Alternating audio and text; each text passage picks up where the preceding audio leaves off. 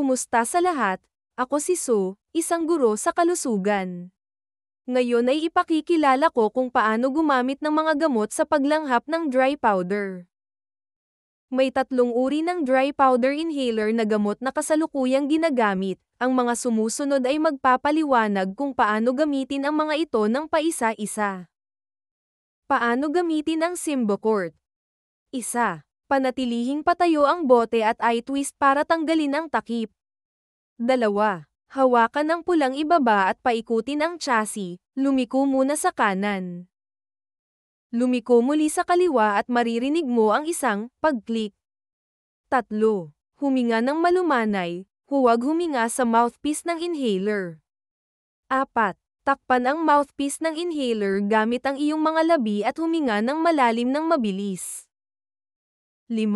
Alisin ang inhaler, pigilin ang iyong hininga ng 5 hanggang 10 segundo at huminga ng normal. 6.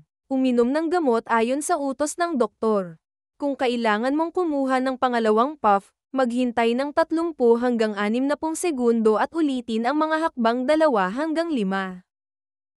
7. Banlawan ang iyong bibig ng malinis na tubig upang maiwasan ang oral Candida albicans infection, i.e. amag, pamamalot at pharyngitis. Suriin ang natitirang dosis. Mayroong 120 dosis bawat bote, at bawat 10 dosis ay minarkahan. Kapag lumitaw ang background ng window na pula, nangangahulugan ito na malapit nang maubos ang inhaler, at ang numerong 0 ay lilito, nangangahulugan ito na kailangan ng bagong inhaler.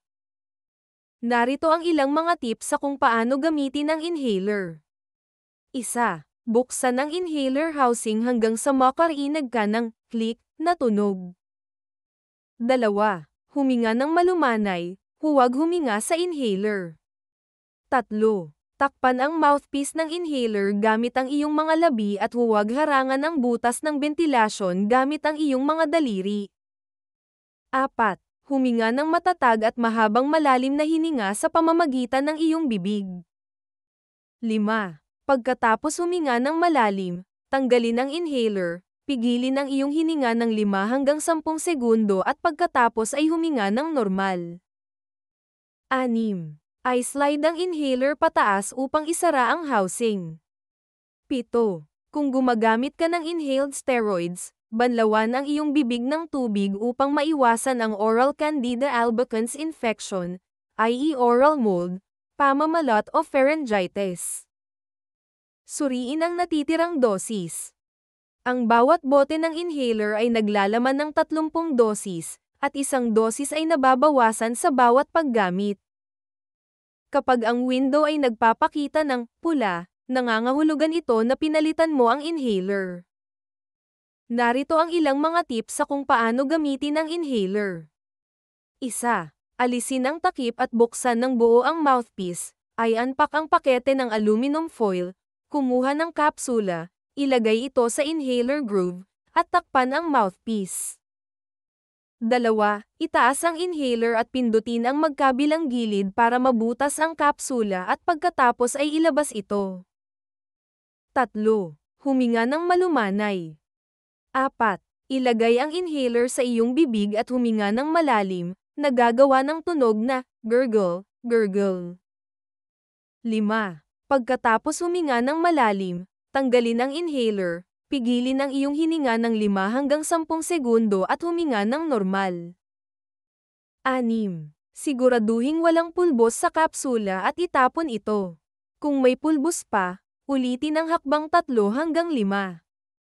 Ang nasa itaas ay isang panimula sa kung paano gumamit ng dry powder inhalation na gamot, buod ng 4 na pangunahing punto.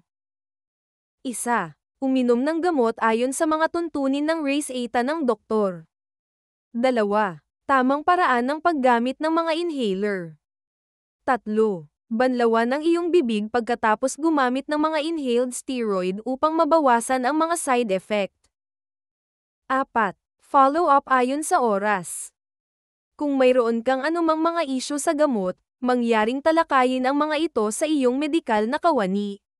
Mangyaring kumpletuhin ang pagsusulit pagkatapos ng klase. Nais ko sa iyo ng mabuting kalusugan, kapayapaan at magandang kapalaran. Ang Thoracic Medicine Team ng Dallin Suchi Hospital ay nagmamalasakit sa iyo.